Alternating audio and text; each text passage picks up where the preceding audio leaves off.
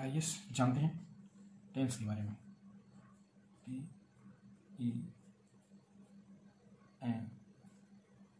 TENSE tense, इसको आप TIME time भी कर सकते हो।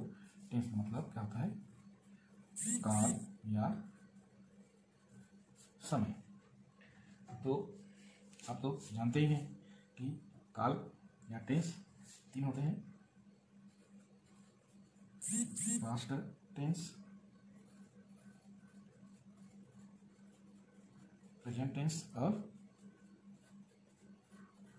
Future tense. तो और हर एक टेंस के चार और काल होते हैं। जैसे पास्ट की बात करें तो सिंपल पास्ट टेंस, उसी प्रकार से प्रेजेंट की बात करें तो सिंपल प्रेजेंट टेंस और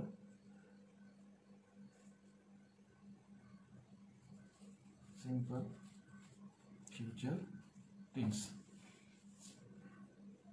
और ये हो गया पहला इसका पहला। इसी प्रकार से अब एक हिसाब से देख ले तो और दूसरा इसका देखें तो इसको इंडेफिनिट भी कहते हैं, इंडेफिनाइट। तो past indefinite tense, present indefinite tense और फ्यूचर इंडेफिनाइट टेंस है ना। इसके साथ साथ इसके और ग्रुप होते हैं। कौन कौन से? तो कंटिन्यूअस है। तो पास्ट की बात करें तो पास्ट कंटिन्यूअस टेंस, फिर प्रेजेंट में आएंगे प्रेजेंट कंटिन्यूअस टेंस, फिर पास्ट परफेक्ट टेंस और पास्ट परफेक्ट कंटिन्यूअस टेंस। इसी प्रकार से प्रेजेंट कहलाएंगे प्रेजेंट इंडेफिनिट टेंस, दूसरा प्रेजेंट कंटिन्यूअस टेंस, तीसरा प्रेजेंट परफेक्ट टेंस और चौथा present perfect continuous tense. Future में जाए तो फ्यूचर इंडेफिनिट टेंस, फिर फ्यूचर कंटिन्यूअस टेंस, तीसरा परफेक्ट टेंस। तो और फ्यूचर परफेक्ट कंटिन्यूअस टेंस। तो आज हम सीखेंगे प्रेजेंट इंडेफिनिट टेंस के बारे में। किसके बारे में? Present indefinite tense. तो शुरू करते हैं। Present PRESENT present indefinite tense. इसको हिंदी में सामान्य वर्तमान काल भी कह सकते हैं। तो सबसे पहले इसकी पहचान क्या है, इसको जानना पड़ेगा। पहचान तो हम इसकी पहचान कैसे करते हैं? हिंदी वाक्य यदि है तो हिंदी वाक्य के अंत में ता है, ती है या ते हैं, ये आएंगे तो हमको जाना है ये प्रेजेंट इंडेफिनाइट टेंस है और हमको प्रेजेंट इंडेफिनाइट टेंस का नियम लागू करना है।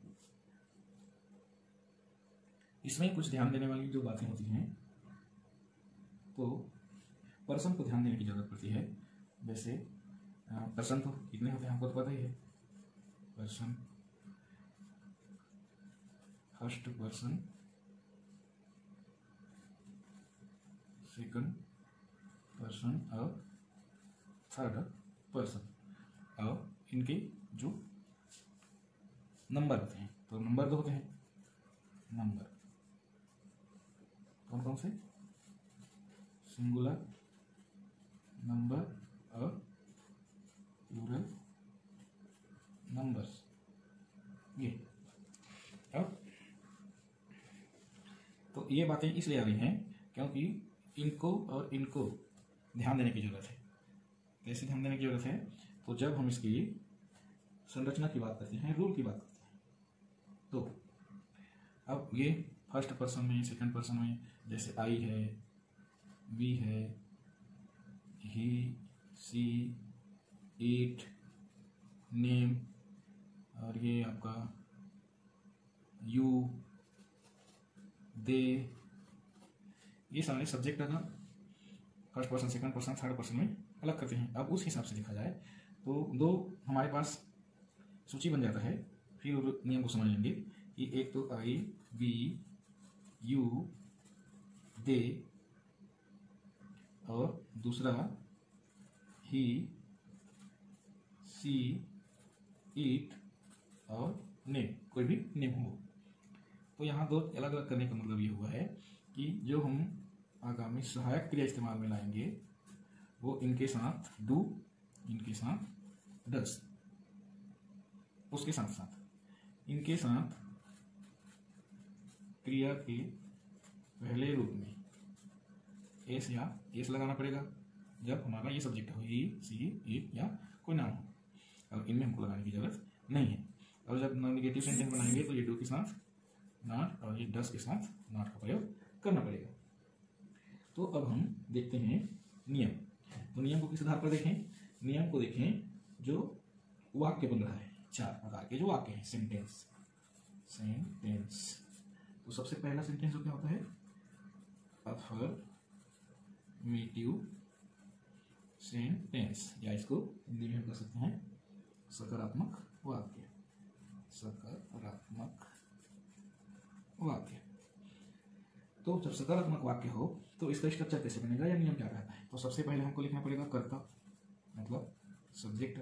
यहाँ जो सेंट के first person, second person, third person, ये सब क्या है? हमारे सब्जेक्ट हैं। तो सब्जेक्ट के साथ क्रिया का, ये वर्ब का हमको फर्स्ट फॉर्म लेना पड़ेगा, उसके साथ ये ऑब्जेक्ट या कर्म, और इस प्रकार से हमारा सकारात्मक वाक्य बन जाएगा पहला सेंटेंस। और इसमें दूसरे प्रकार का जो सेंटेंस होगा वो निगेटिव सेंटेंस कहलाता है। निगेटिव, NEGATIV, निगेटिव सेंटेंस या नकारात्मक वाक्य। ठीक, तो जब इसकी बात आती है तो अब क्या करेंगे हम? सब्जेक्ट तो नहीं होगा, सब्जेक्ट, फिर उसके साथ जोड़ेगा क्रिया का फर्स्ट फॉर्म। लेकिन जब यहाँ निगेटिव है तो हमने जो पहले बात की थी क्या? सहायक क्रिया। तो वो इसके हिसाब से यदि ये है आई, वे, यू, दे, तो यहाँ पर डू नॉट, और अगर ही, सी, इट है यहाँ पर डज नॉट, और फिर क्रिया का पहला रूप प्लस ऑब्जेक्ट। फिर यहाँ तीसरा वाक्य जो बनता है, और इसमें क्या होगा? वही चीज आई, वी, यू के साथ कोई दिक्कत नहीं है। और जब बात आएगी ही, सी, इट और नाइन के साथ, तो यहाँ क्रिया में क्या करना पड़ेगा? एस या पीएस लगाना पड़ेगा। क्या करना पड़ेगा? यहाँ क्रिया के साथ एस या पीएस लगाना पड़ेगा। ये चीज हो गया। तीसरा क्या है? Interrogative sentence. इंटरोगेटिव सेंटेंस या प्रश्नवाचक वाक्य, इसको WH भी कहा जाता है। तो यहाँ पर दो प्रकार के प्रश्न वाक्य आपको दिख सकते हैं। सीधे तौर पर ये जो सहायक क्रिया जो हमें इस्तेमाल किए हैं वो डू या डस, और कभी कभी यहाँ पर WH, वाट, हु, विच, ऐसे। तो डू या डस, फिर उसके बाद हमारा जो सब्जेक्ट है ये आ जाएगा, और फिर क्रिया का पहला रूप, फिर ऑब्जेक्ट, ये। और उसके बाद इसका चौथा स्वरूप क्या होता है? ये दोनों एक साथ जुड़ जाता है, निगेटिव और इंटरोगेटिव। Negative, interrogative sentence. तो यहाँ पर हमारा वही चीज है, क्या चीज?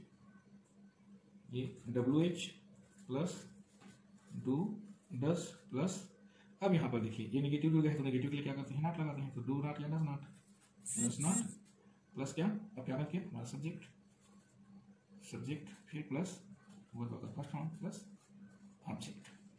तो ये तो हो गया हमारा फार्मूला। अब इसको समझते हैं किसके द्वारा? उदाहरण के द्वारा। तो सबसे पहले हम बात करें किसकी? अफर्मेटिव सेंटेंस या सकारात्मक वाक्य। तो देखते हैं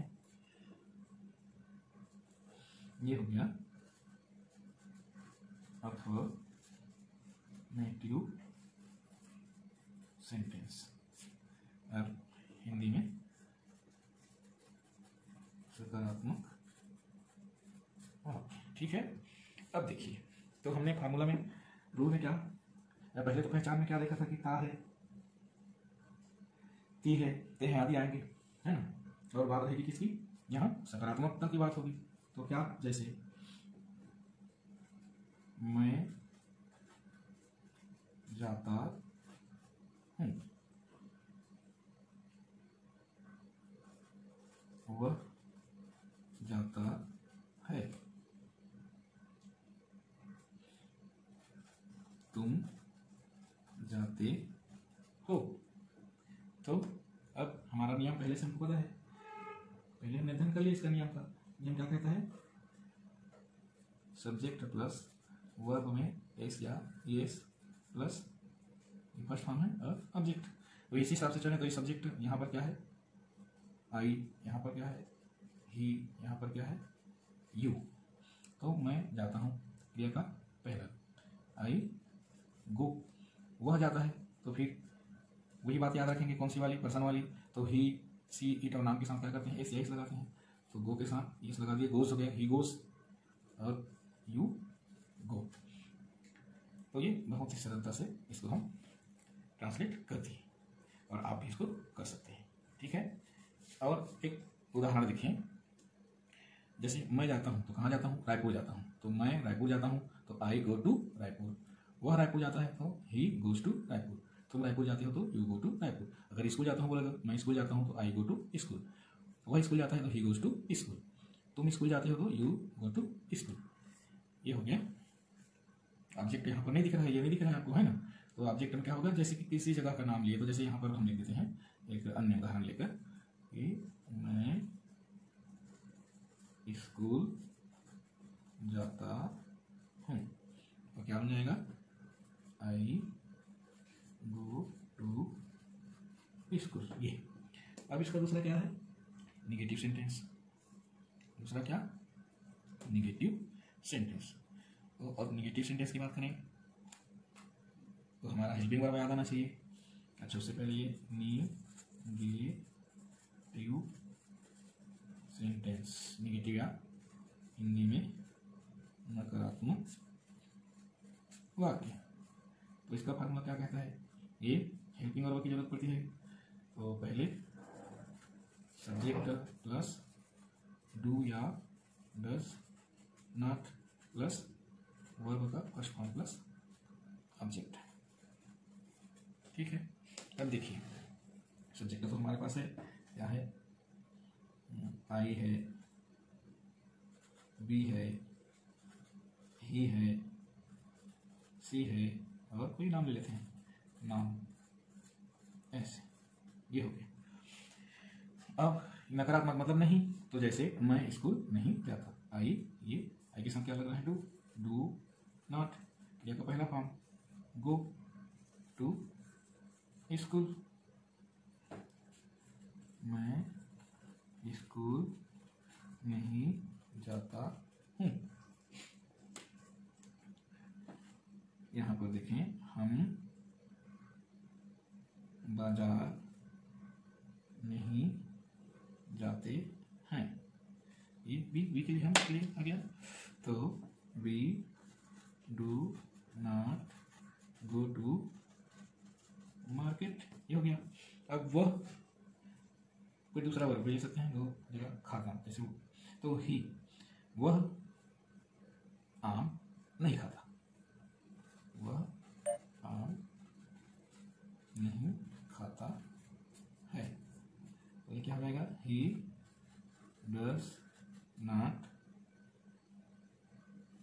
ईट अ मैंगो, ऐसा। और वह आम नहीं खाती है, ती है, तो क्या हो जाएगा, डज नॉट ईट। अब जो भी नहीं खाते हैं उसको हम लिख सकते हैं, ईट मैंगो। ये हो क्या, या अमायरा एप्पल नहीं खाती है, तो क्या हो जाएगा, Amaira does not eat apple. तो ये उसके बाद तीसरा क्या होता है,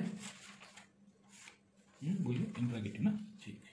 तो तीसरा हो गया हमारा इंट्रागेटिव सेंटेंस। इंट्रोगेटिव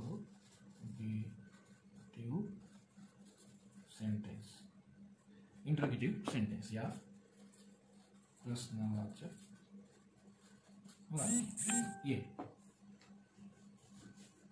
तो अब देखिए, अब प्रश्नवाचक वाक्य में प्रश्न करना है ना। जैसे क्या आप स्कूल जाते हैं, प्रश्न हो गया, है ना। और इसमें हमको तो पता है इंट्रागेटिव बनाने के लिए क्या करते हैं, सहायक क्रिया। पहले तो यू के साथ क्या लगेगा, डू यू, क्या आप, फिर go to school, question mark, क्या आप स्कूल जाते हैं। क्या गीतांजलि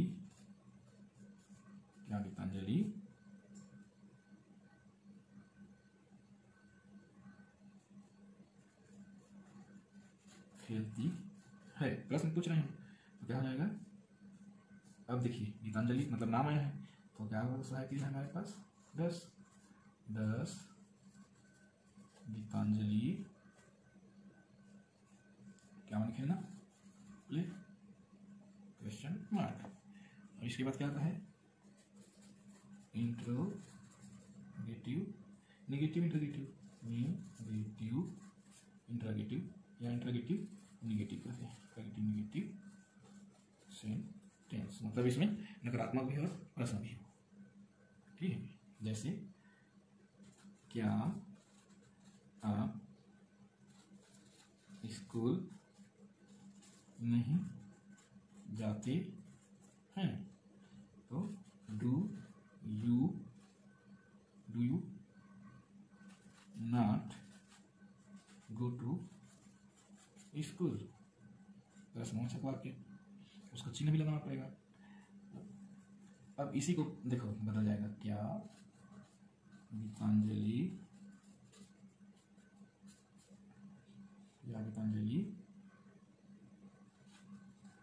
शतरंज खेलती है, तो डस गीतांजलि नॉट, ये क्या, चेस, प्रश्नवाचक वाक्य, ये हुआ हमारा। अगले पार्ट में देखेंगे हम प्रेजेंट कंटीन्यूअस